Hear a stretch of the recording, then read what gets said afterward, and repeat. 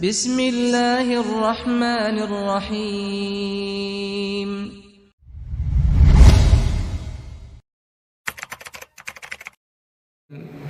Nabiyina Muhammadin wa ala alihi wa sahbihi wa man tabi'ahum bi ihsanin ila yaumiddin wa sallama tasliman katsira, amma ba'd.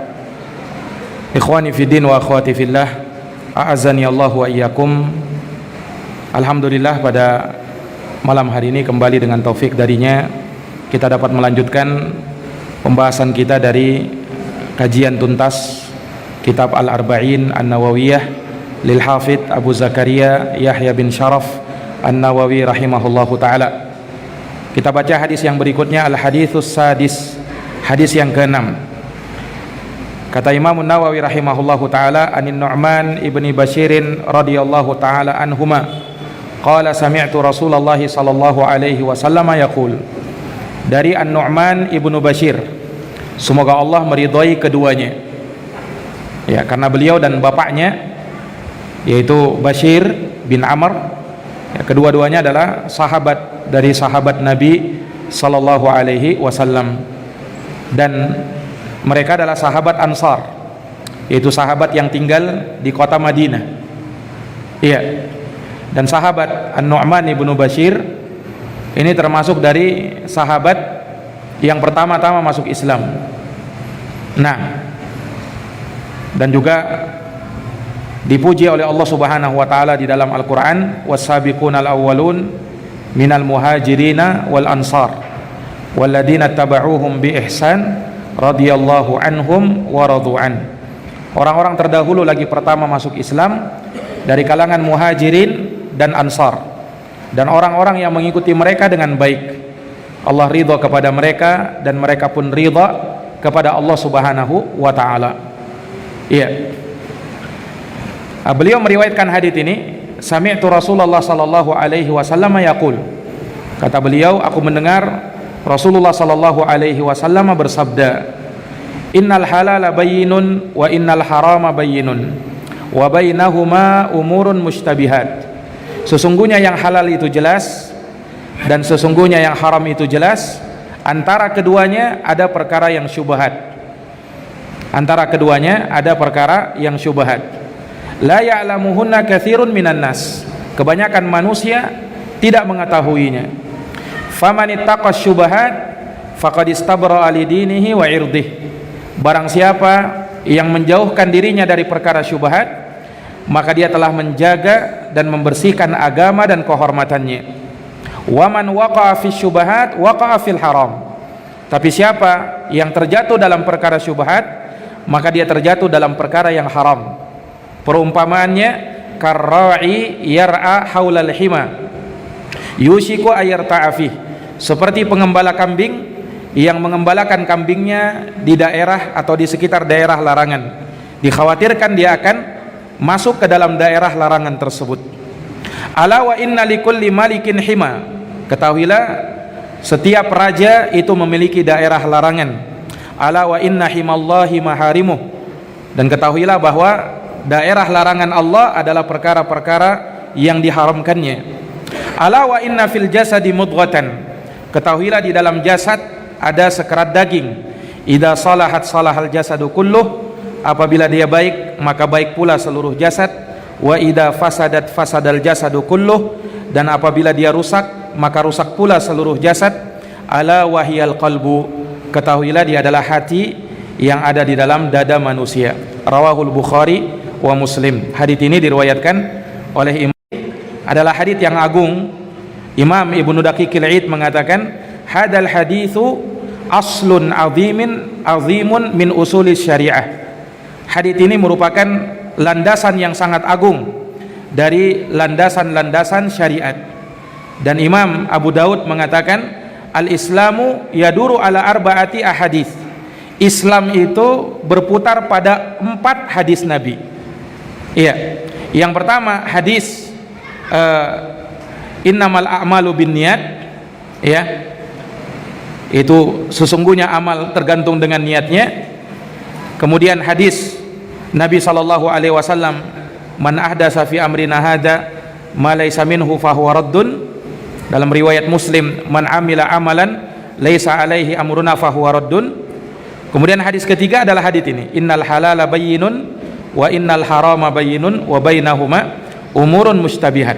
Dan hadis yang keempat, itu yang nanti akan kita bacakan, min husni islamil mar' tarkuhu ma la ya'ni. Di antara tanda baiknya Islam seseorang adalah meninggalkan perkara-perkara yang tidak bermanfaat. Iya. Di dalam hadis ini, ikhwani fiddin wa akhwati fillah, terdapat faidah bahwa Islam adalah agama yang sangat jelas. Syariatnya itu jelas, tidak ada kesamaran di dalamnya. Dan ini sebagai pembenaran dari firman Allah Subhanahu wa taala, wa nazzalna 'alaikal kitaba tibyanan likulli syai'.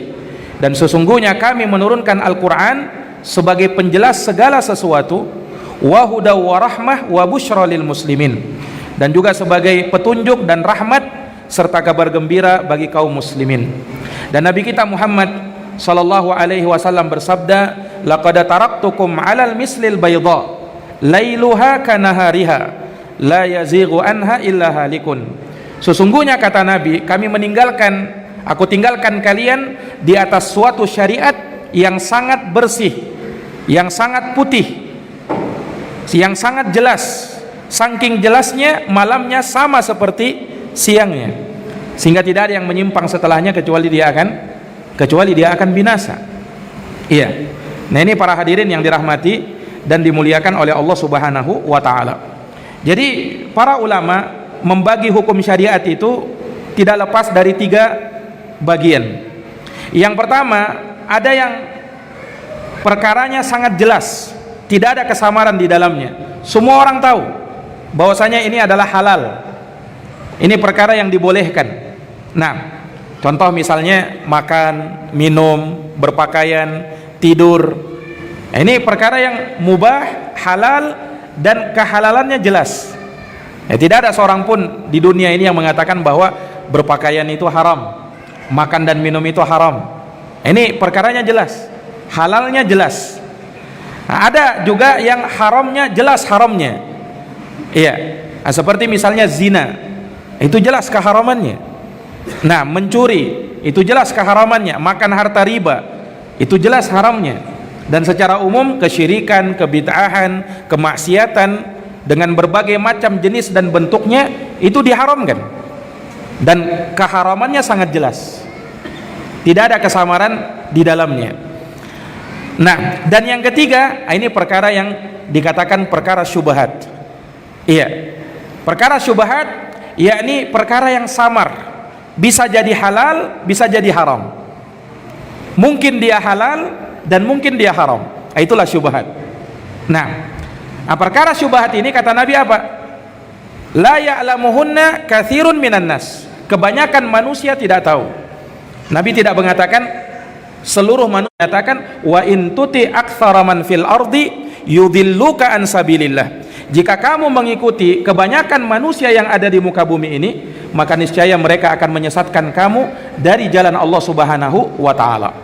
Nah, ini para hadirin yang dirahmati dan dimuliakan oleh Allah Subhanahu wa taala. Nah, terkait dengan perkara yang halal, yang jelas kehalalannya, maka kita bersentuhan dengannya, kita melakukannya, dan kita menceburkan diri ke dalamnya tidak masalah. Kenapa? Karena dia halal. Tapi dengan catatan sepanjang tidak berlebihan. Nah, karena kalau yang halal berlebihan juga bisa bermudarat. Makan misalnya, halal asalnya makan, tapi kalau berlebihan maka bisa menjadi mudarat. Tidur misalnya, dibolehkan asalnya, tapi kalau berlebihan tidurnya bisa menjadi tercela. Nah, berpakaian misalnya dibolehkan, tapi kalau berlebihan berpakaian, maka di sana dilarang berpakaian dengan pakaian syuhrah, berpakaian dengan pakaian kemasyhuran. Nah, jadi kalau yang halal asalnya dibolehkan dengan catatan tidak berlebihan. Adapun perkara yang haram dan jelas keharamannya, maka kita wajib untuk menjauhkan diri dari perkara yang haram. Nah, dan tidak boleh dekat-dekat dengan perkara yang haram. Ya. Dan para ulama menyebutkan bahwasanya segala perkara yang haram itu dijauhi. Bahkan semua sarana yang bisa mengantarkan kepada yang haram, maka itu dijauhi. Makanya di sana ada kaidah di dalam syariat yang berbunyi saddud dara'i, yaitu menutup celah yang bisa mengantarkan kepada keharaman. Iya, khamar misalnya itu diharamkan baik sedikit ataupun banyaknya. Padahal kalau orang yang minum sedikit khamar, satu tetes saja dia minum, kira-kira mabuk atau tidak orang itu? Tidak, ya kan? Tidak menyebabkan mabuk. Tetapi minum khamar yang sedikit itu haram. Kenapa? Saddud dara'i, untuk menutup celah, jangan sampai dia akan minum dari khamar tersebut dalam jumlah yang banyak. Iya. Nah, ini sama dengan zina. Zina diharamkan dan segala yang mengantarkan kepada zina itu diharamkan. Makanya dalam Quran dikatakan apa? Wala taqrabuz zina. Jangan kalian dekati perkara zina. Jadi dekat-dekat saja dilarang, apalagi sampai bersentuhan. Maka diharamkan berkhalwat, iya, berdua-duaan dengan wanita yang bukan mahram kita. Nah, kenapa? Kata Nabi SAW, la yakhluwanna rajulun bimra'atin illa kana salisuhuma syaitan. Tidaklah seorang laki-laki berdua-duaan dengan seorang wanita yang bukan mahramnya kecuali yang ketiganya adalah syaitan. Kemudian Islam mengharamkan yang namanya ikhtilat, campur baur antara laki-laki dan perempuan tanpa ada penutup, tanpa ada pembatas. Dan ikhtilat itu diharamkan menurut ijma' kesepakatan para ulama. Kenapa? Karena bisa menjerumuskan kepada zina. Islam mengharamkan pacaran karena apa? Bisa menjerumuskan ke dalam zina. Wala taqrabuz zina innahu kana fahishatan wa sa'a sabila. Naim. Ini ikhwani fillah a'azani Allah wa iyyakum. Taib. Jadi perkara yang haram, jelas keharamannya, wajib untuk kita jauhi. Nah, sekarang bagaimana dengan perkara syubhat? Perkara syubhat, kata Nabi SAW, ya, di dalam hadits ini beliau menyebutkan wa bainahuma umurun mustabihat. Nah, antara yang halal dan yang haram itu ada perkara syubhat yang belum jelas hukumnya. Nah, bagaimana sikap kita dalam perkara yang syubhat yang banyak dari manusia tidak tahu hukumnya? Kata Nabi SAW, famanittaqash syubhat, barang siapa yang menjauhi perkara syubhat. Nah, menunjukkan bahwa perkara syubhat harus dijauhi. Nah, sebagian orang apa? Justru ya beralasan bahwa perkaranya masih syubhat, bisa jadi halal, bisa jadi haram. Ya belum tentu haram kan Ustadz, jadi tidak masalah saya lakukan. Ini keliru. Justru karena kamu tidak tahu itu halal atau haram, harusnya kamu jauhi. Berdasarkan hadits ini, famanittaqash syubhat, barang siapa yang menjauhkan dirinya dari perkara syubhat, istabara ali dinihi wa irdih, maka dia telah membersihkan agama dan kehormatannya. Waman waqa'a fi syubhat, tapi barang siapa yang bersentuhan dengan perkara syubhat, ini menunjukkan bahwasanya dia terlalu bergampangan dalam perkara yang haram. Kan dia tidak tahu ini halal atau ini haram. Bisa jadi memang itu halal, tapi bisa jadi itu haram. Nah, ini menunjukkan bahwasanya ketika dia memberanikan diri terjun dalam perkara syubhat, dia tidak punya sifat wara', sifat kehati-hatian di dalam perkara agama. Harusnya dia jauhi. Nah, makanya Nabi SAW menyebutkan waman waqa'a fi syubhat waqa'a fil haram. Barang siapa yang terjerumus ke dalam perkara syubhat, maka dia akan terjerumus ke dalam perkara yang haram. Maksudnya, kata para ulama, orang yang berani-berani dekat dengan perkara syubhat, maka itu akan mengantarkan dia untuk terjerumus ke dalam perkara yang haram. Nabi membuat perumpamaan. Perumpamaannya seperti ini: karra'i yar'a haulal hima yushiku ayarta'afih. Seperti pengembala kambing yang dia mengembalakan kambingnya di daerah larangan. Orang yang mengembalakan kambingnya di daerah larangan, di dekat-dekat daerah larangan, misalnya ada suatu tempat ini dihalalkan, daerah ini dihalalkan untuk dia mengembalakan kambingnya di situ. Di sebelahnya itu diharamkan, tidak boleh mengembala kambing di sini.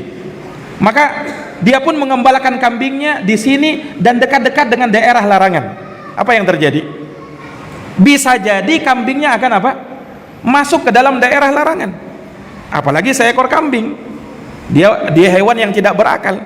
Nah, itu perumpamaan orang yang apa? Menjerumuskan dirinya dalam perkara syubhat. Pertama dekat-dekat, oh insya Allah saya tidak akan sentuh ini, saya dekat-dekat aja, tidak akan saya sentuh. Awalnya memang seperti itu, tapi apa? Lama kelamaan akan menyeret dia ke dalam perkara yang haram. Yushiku ayar ta'afi, dikhawatirkan dia akan masuk ke dalam daerah larangan tersebut. Nah ini para hadirin yang dirahmati dan ketahuilah dia adalah hati. Hati di sini diterjemahkan jantung, bukan hati yang menurut istilah medis hati manusia, bukan, tapi maksudnya jantung. Jantung itu terkadang diterjemahkan dengan qalbun, nah hati. Nah ikhwani fidin a'azani Allah wa iyyakum, hadits ini menunjukkan kepada kita hendaknya kita perhatian terhadap perkara hati. Iya, dan lebih besar perhatian kita terhadap perkara hati sebelum perkara yang lainnya dari anggota badan kita. Sebagian orang justru dia memperhatikan bagaimana fisiknya, kesehatan badannya, tapi dia tidak memperhatikan kesehatan hatinya. Padahal dengan hati, apabila hati baik, maka anggota badan yang lain akan ikut baik, dan apabila hati rusak, maka anggota badan yang lainnya akan ikut rusak pula. Para ulama membagi hati menjadi tiga. Ada qalbun sahihun, hati yang sehat. Ada qalbun maridun, hati yang berpenyakit. Ada qalbun mayyitun, hati yang sudah mati. Nah, manusia bisa melihat hatinya dari tiga macam hati ini. Apakah hati saya sudah mati, atau hati saya berpenyakit, atau hatinya hati yang sehat. Hati yang sehat adalah hati yang diibaratkan di dalam Al-Quran dan disebutkan di dalam Al-Quran, yauma la yanfa'u malun wala banun illa man atallaha biqalbin salim. Hati, ya, hari yang tiada bermanfaat harta dan anak-anak kecuali siapa yang menghadap kepada Allah dengan hati yang sehat, dengan hati yang selamat. Itulah hati yang senantiasa tunduk kepada Allah, tunduk dengan perintah Allah Subhanahu wa taala, beramal dengan ikhlas sesuai dengan apa yang dituntunkan oleh Nabi sallallahu alaihi wasallam, hati yang selamat dari berbagai macam penyakit, apalagi dari kematian. Ini hati yang sehat. Ada hati yang berpenyakit. Hati yang berpenyakit, hati yang dia ada kecenderungan untuk melakukan ketaatan, tetapi dia punya penyakit hati. Dia punya penyakit hati berupa kesombongan. Dia punya penyakit hati berupa ujub, berbangga diri. Dia punya penyakit hati berupa riya di dalam dirinya. Dia beramal, dia masih melakukan ketaatan. Bukan dia tidak melakukan ketaatan, bukan dia tidak beribadah, dia beramal, dia beribadah, tetapi hatinya berpenyakit. Inilah yang bisa mengganggu amal ibadahnya, dan terkadang bisa merusak amal ibadahnya, terkadang bisa mengurangi setengah dari amal ibadahnya, dan terkadang tidaklah dia dapatkan pahala dari amal ibadahnya kecuali hanya sedikit saja. Kenapa? Hatinya berpenyakit. Dan ada yang lebih parah daripada ini, hati yang sudah mati. Hati yang sudah mati, dia tidak bisa menerima petunjuk dari Allah Subhanahu wa taala, jauh dari bimbingan Allah Subhanahu wa taala. Hati yang tidak tergerak untuk melakukan ketaatan, hati yang tidak tergerak untuk melakukan amalan-amalan saleh, hati yang tidak tersentuh ketika mendengarkan ayat-ayat Al-Quran, hati yang tidak tergerak hatinya ketika mendengarkan peringatan-peringatan dari Allah Subhanahu wa taala. Nah, inilah hati yang sudah mati. Ini yang Allah Subhanahu wa taala sebutkan di dalam Al-Quran, kalla bal rona ala qulubi. Kata beliau, kata Imam Nawawi rahimahullahu taala, al hadisus sabi, hadis yang ketujuh. An Abi Ruqayyah Tamim bin Ausin ad-Dari radhiyallahu taala anna Nabiy sallallahu alaihi wasallam qala ad-dinun nasihah. Qulna liman? Qala lillahi wa li kitabihi wa li rasulihi wa li a'immatil muslimina wa ammatihim. Rawahu Muslim. Dari sahabat Abu Ruqayyah Tamim bin Aus ad-Dari radhiyallahu an. Ini sahabat Nabi sallallahu alaihi wasallam yang dikenal sebagai sahabat, satu-satunya sahabat yang pernah berjumpa dengan Dajjal. Jadi sahabat Tamim bin Aus ad-Dari dulunya beragama Nasrani. Bahkan dia adalah seorang pendeta di dalam agama Nasrani. Bukan orang sembarangan, dia pendetanya. Sahabat Tamim bin Aus ad-Dari.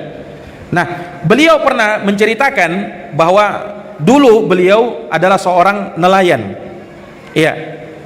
Pernah diombang-ambingkan oleh ombak selama 1 bulan di lautan. Akhirnya terdampar di suatu pulau. Mereka berjumlah 30 orang. Ketika mereka terdampar di sebuah pulau, mereka memasuki pulau tersebut. Alangkah kagetnya mereka berjumpa dengan seekor hewan, ya, yang bisa berbicara, yang tidak tahu mana depan dan mana belakangnya, karena saking lebat bulunya.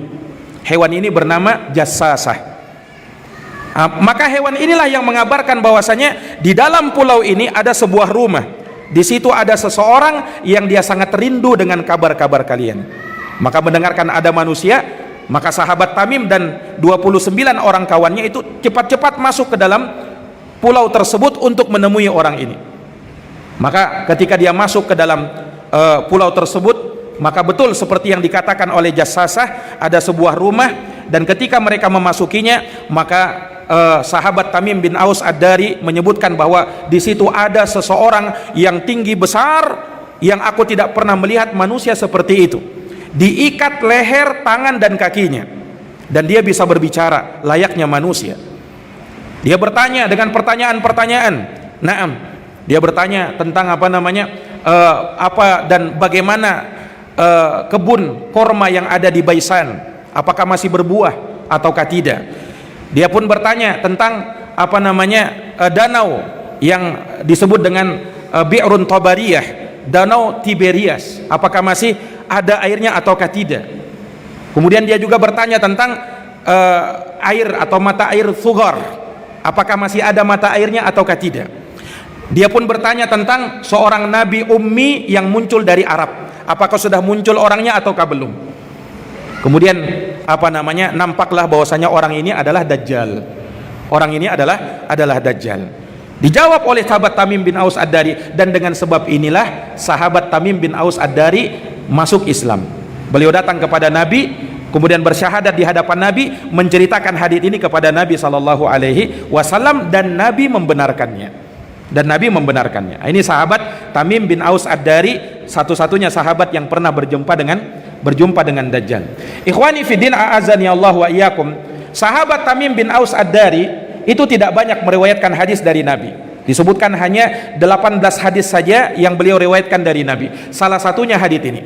Karena beliau termasuk memang sahabat yang terakhir masuk Islam. Beliau masuk Islam tahun 9 Hijriah.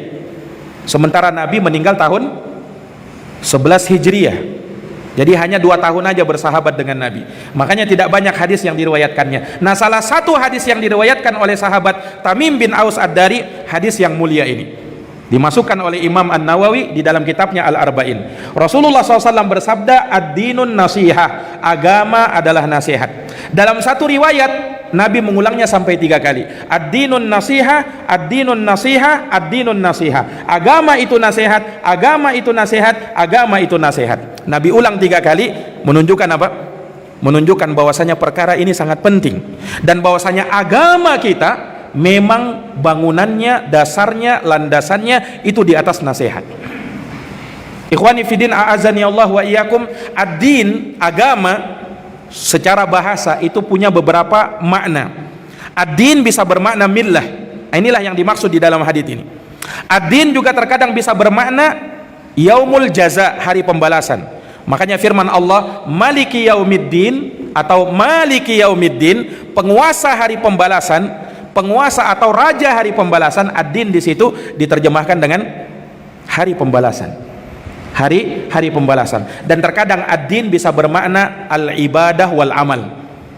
Sebagaimana firman Allah Subhanahu wa taala, "Wa ma umiru illa liya'budullaha mukhlishina lahuddin." Tidaklah mereka diperintah kecuali untuk mengikhlaskan ibadah mereka.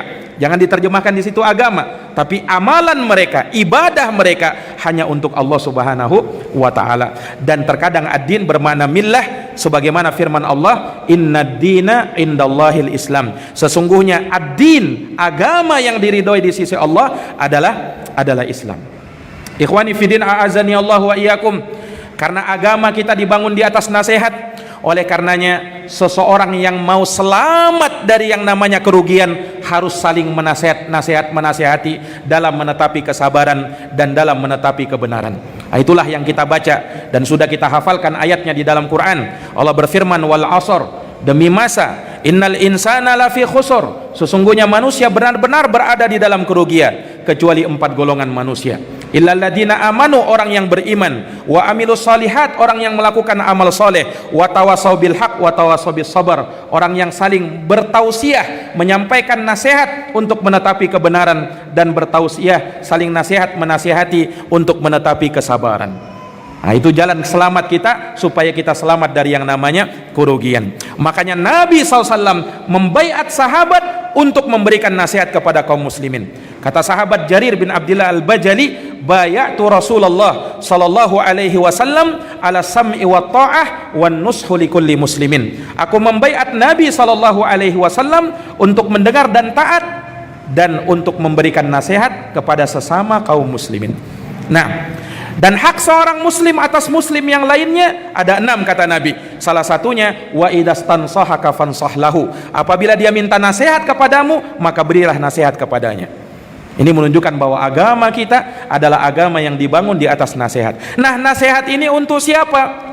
Maka Rasulullah sallallahu alaihi wasallam bersabda, liman, qulna liman, untuk siapa ya Rasulullah? Qala lillah, nasihat itu untuk Allah, wali kitabih, untuk kitabnya, wali rasulih, untuk rasulnya, wali a'immatil muslimin, dan untuk imam-imam kaum muslimin, wa ammatihim, dan untuk keumuman kaum muslimin. Tapi perhatikan jamaah sekalian, apa maknanya nasihat untuk Allah? Apakah kita berarti menasihati Allah? Oh, tidak mungkin, mustahil kita menasihati Allah. Bagaimana caranya? Nah, makanya para ulama menafsirkan nasihat untuk Allah itu bagaimana maksudnya. Nasihat secara bahasa itu bisa bermakna at-takhlis, yaitu pemurnian. Sehingga kalau dikatakan nasihat kepada Allah, maksudnya memurnikan Allah subhanahu wa ta'ala. Jadi nasihat kepada Allah, kita murnikan Allah subhanahu wa ta'ala sebagai satu-satunya Rabb yang kita sembah, sebagai satu-satunya yang kita ibadahi, yang memiliki nama-nama dan sifat yang tidak sesuai, yang tidak serupa dengan makhluknya. Kita tunduk dan patuh kepada Allah subhanahu wa ta'ala, kita taat dengan segala yang diperintahkannya, dan kita jauhi segala yang dilarang olehnya. Kita tunduk terhadap segala hukum Allah, ketetapan Allah subhanahu wa ta'ala, baik ketetapan syariah maupun ketetapan qadariyah. Segala yang Allah takdirkan, entah itu kebaikan maupun keburukan, sampai musibah yang menimpa kita, harus kita terima. Inilah nasihat kepada Allah subhanahu wa ta'ala. Baik, nasihat untuk kitab Allah, apa maknanya? Nasihat untuk kitab Allah, nasihat untuk kitab Allah maksudnya kita murnikan Quran itu. Bagaimana caranya kita memurnikan Quran? Kita baca Quran itu, kita pelajari Quran itu, kita tadabburi makna-makna Quran itu, kita agungkan Quran itu, kita amalkan Quran itu. Inilah nasihat kepada kitabullah. Kita nyatakan bahwa Quran adalah kalamullah, dia adalah firman Allah subhanahu wa ta'ala dan bukan makhluk. Allah subhanahu wa ta'ala berfirman dengannya dengan huruf dan suara yang didengarkan oleh malaikat Jibril, lalu disampaikan kepada Nabi kita Muhammad SAW. Quran merupakan mukjizat terbesar yang Allah subhanahu wa ta'ala berikan kepada Nabi kita Muhammad SAW. Itu nasihat kepada kitabullah. Kemudian yang berikutnya, nasihat kepada Rasulullah, wali rasulihi, dan nasihat untuk rasulnya. Nasihat untuk rasulnya artinya kita cintai Rasulullah sallallahu alaihi wasallam, kita ikuti Rasulullah sallallahu alaihi wasallam. Kalau benar kecintaan kita kepada imam-imam kaum muslimin. Imam-imam kaum muslimin ada 2, yaitu umara dan ulama. Adapun nasihat kepada umara, pemimpin kaum muslimin yang merupakan umara, yaitu pemerintah kaum muslimin, yaitu dengan kita mendengar dan taat kepada mereka. Kita dengar dan taat kepada mereka selama mereka memerintahkan kepada kebaikan. Adapun kalau mereka memerintahkan kepada maksiat, maka Rasulullah bersabda, la ta'ata li makhlukin fi maksiatil khaliq. Tidak ada ketaatan kepada seorang makhluk pun kalau urusannya bermaksiat kepada Allah subhanahu wa ta'ala. Kita sabar terhadap kezaliman penguasa, kita tidak boleh memberontak mereka, kita tidak boleh melakukan demo kepada mereka, karena itu bentuk dari khuruj alal hukam. Karena itu dari bentuk khuruj alal hukam, keluar dari ketaatan kepada penguasa, dan itu adalah hal yang bisa menjerumuskan kita ke dalam manhaj khawarij, na'udzubillah, dan keluar dari manhaj ahli sunnati wal jamaah. Ini nasihat kepada a'immatul muslimin dari kalangan umara, penguasa kaum muslimin. Adapun kepada para ulama kita taati mereka, kita dengarkan fatwa mereka, kita muliakan mereka, kita doakan mereka, Karena Rasulullah SAW bersabda, "Laisa minna man lam yujilla kabirana wa yarham saghirana wa ya'rif li alimina haqqahu." Bukan dari umatku, kata Nabi, orang yang tidak memuliakan orang tuanya, tidak menyayangi anak mudanya, dan tidak menghargai hak orang alimnya. Itu kata Nabi SAW. Nah, ini para ulama, dan kita harus hormati dan muliakan mereka. Kita dudukkan mereka sesuai dengan kedudukan yang Allah Subhanahu wa taala dan Rasulnya berikan kepada mereka, tanpa gulu, tanpa berlebih-lebihan, dan tidak menyepelekan mereka. Sebab ada juga orang yang gulu, berlebih-lebihan, dalam artian semua yang dikatakan ulama pasti benar, tidak mungkin salah, kebenaran mutlak harus diterima. Ini keliru. Ulama, walaupun dia ulama, tetapi dia manusia biasa. Qad yusibu wa qad yukhti. Kadang dia benar, kadang dia salah. Makanya Imam Malik rahimahullahu taala mengatakan, kullun nasi yu'khadu min qawlihi wa yutrak. Semua manusia itu ambil ucapannya, tinggalkan ucapannya. Artinya apa? Boleh kau ambil ucapan dia, dan terkadang kau tinggalkan ucapan dia. Tidak ada manusia yang seluruh ucapannya diambil, kata Imam Malik, illa sahibah hadal qabr, kecuali pemilik kubur ini. Imam Malik menunjuk kuburannya Nabi Sallallahu Alaihi Wasallam. Ini para hadirin yang dirahmati dan dimuliakan oleh Allah Subhanahu Wa Taala. Itu nasihat kepada apa? Kepada a'immatul muslimin dari kalangan para ulama. Dan yang terakhir, wa amatihim, nasihat kepada keumuman kaum muslimin. Bagaimana caranya menasihati keumuman kaum muslimin? Kita sampaikan nasihat kepada mereka. Lakukan amar ma'ruf nahi mungkar. Perintahkan mereka kepada yang ma'ruf, larang mereka dari kemungkaran. Makanya amar ma'ruf nahi mungkar termasuk dari bentuk nasihat. Rasulullah SAW bersabda, "Man ra'a minkum mungkaran falyughayyirhu biyadihi." Yang melakukan kemungkaran kena, yang tidak melakukan kemungkaran juga kena. Kenapa? Karena dia tidak tegur orang yang melakukan kemungkaran. Orang yang melakukan kemungkaran, kewajiban kita tegur dia. Sebab kalau musibah turun, yang kena bukan hanya orang yang melakukan kemungkaran, tapi orang yang berada di sekitarnya bisa kena juga. Makanya Rasulullah SAW pernah bersabda, "Ma min ahadin yu'malu," maka semuanya kena di situ. Ini bahayanya tidak melakukan amar ma'ruf nahi mungkar. Bani Israel dilaknat oleh Allah Subhanahu wa taala. Salah satu sebabnya karena mereka tidak apa? Mencegah kemungkaran yang terjadi di antara mereka. Kanu la yatanahawna am munkarin fa'alu labi sama kanu yaf'alun, kata Allah. Mereka tidak saling mencegah kemungkaran yang terjadi di antara mereka, maka sangat amat buruk apa yang telah mereka kerjakan tersebut. Ikhwani fidin wa akhwati fillah, a'azzani Allah wa iyyakum. Kata Imam Nawawi, hadits ini rawahu Muslim, diriwayatkan oleh Imam Muslim. Selesai sudah hadis yang ketujuh. Insyaallah taala ba'dal isya, mungkin sekitar setengah jam, kita akan lanjutkan lagi membahas hadis yang ke-8. Jazakumullahu khairan katsiran atas perhatiannya. Mohon maaf atas segala kekurangannya. Subhanakallahumma wa bihamdik, asyhadu an la ilaha illa anta, astaghfiruka wa atubu ilaik. Wassalamualaikum warahmatullahi wabarakatuh.